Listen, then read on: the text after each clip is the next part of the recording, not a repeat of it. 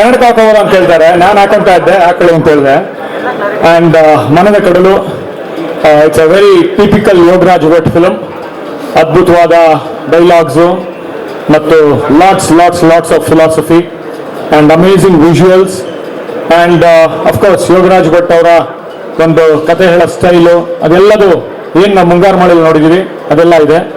ಅದೆಲ್ಲದಕ್ಕಿಂತ ಮುಖ್ಯವಾಗಿ ತುಂಬ ಇವತ್ತಿನ ಒಂದು ಮತ್ತು ಮುಂದಿನ ಕರ್ನಾಟಕದ ಭವಿಷ್ಯ ನಮ್ಮ ಕಣ್ಮುಂದೆ ಕಾಣ್ತಾ ಇದೆ.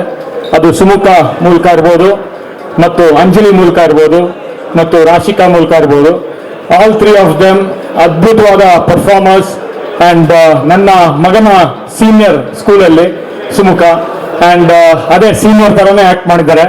And lot of energy and lot of talent, ಅದ್ಭುತವಾದ ಪ್ರತಿಭೆ.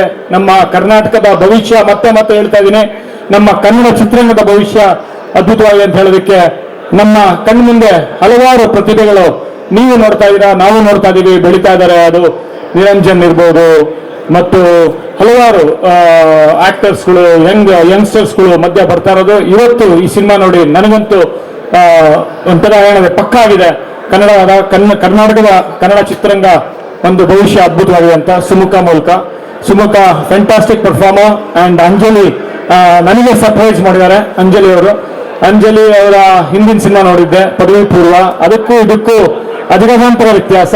ಯಾಕೆಂತಂದ್ರೆ ಅಂಜಲಿ ಇದರಲ್ಲಿ ಒಂದು ಲವಲವಿಕೆಯ ಪಾತ್ರ, ಒಂದು ಅದ್ಭುತ ಪಾತ್ರ. ಕನ್ನಡ ತುಂಬಾ ಜಾಸ್ತಿ ಬಿಟ್ಕೊಡಲ್ಲ, ನೋಡಿ ಚೆನ್ನಾಗಿ ಮಾಡಿದ್ದಾರೆ. ಮತ್ತು ಎಮೋಷನಲ್ ಕ್ಯಾರೆಕ್ಟರ್ ಅಲ್ಲಿ ರಾಶಿಕಾ ಅವರು ಮಿಂಚಿದ್ದಾರೆ, ಮತ್ತು ಯೋಗರಾಜ್ ಭಟ್ ಅವರು ಇವ್ರ ಮೂರು ಜನದ ಒಂದು ಪ್ರತಿಭೆಯನ್ನ ಪರದೆ ಮೇಲೆ ಅದ್ಭುತವಾಗಿ ತೋರಿಸಿದ್ದಾರೆ. ಮತ್ತು ಸಾಂಗ್ಸ್ ತುಂಬಾ ಚೆನ್ನಾಗಿದೆ. ಮತ್ತು ಸಂತೋಷ್ ಪತಾಜಿ ಅವರ ಒಂದು ಛಾಯಾಗ್ರಹಣ ಅದ್ಭುತವಾಗಿದೆ. ಮತ್ತು ನನ್ನ ಸ್ನೇಹಿತ ಗೆಳೆಯ ಪ್ರಕಾಶ್ ಅವರ ಒಂದು ಸಂಕಲನ, ಒಂದು ಬ್ಯೂಟಿಫುಲ್ ಆಗಿ ಯೋಗರಾಜ್ ಭಟ್ ಅವರ ಫಿಲಾಸಫಿನ ಒಂದು ಸ್ಕ್ರೀನ್ ಪ್ಲೇ ಚೆನ್ನಾಗಿ ತಂದು ಕೊಟ್ಟಿದ್ದಾರೆ ಪ್ರಕಾಶ್ ಅವರು ಅಂತ ಹೇಳ್ತಾ. ಮತ್ತು ಹರಿಕೃಷ್ಣ ಅವರ ಮ್ಯೂಸಿಕ್, ಎಲ್ಲರೂ ಚೆನ್ನಾಗಿ ಮಾಡಿದ್ದಾರೆ. All the best. ಆ್ಯಂಡ್ ಇವತ್ತು ನಾಡಿದ್ದು ರಿಲೀಸ್ ಆಗ್ತಾ ಇದೆ, ನೋಡಿ ಎಂಜಾಯ್ ಮಾಡ್ತೀರಾ. ಡೆಫಿನೆಟ್ಲಿ ಕನ್ನಡ ಸಿನಿಮಾಗಳು ನೋಡಿ ಬೆಳೆಸಿ. ಕನ್ನಡ ಸಿನಿಮಾಗಳು ಚೆನ್ನಾಗಿಲ್ಲ ಅಂತಿದ್ರಿ, ನೋಡಿ ಇದನ್ನ ಡೆಫಿನೆಟ್ಲಿ ಇಷ್ಟ ಆಗುತ್ತೆ ಅಂತ ಹೇಳ್ತೀನಿ. Thank you very much.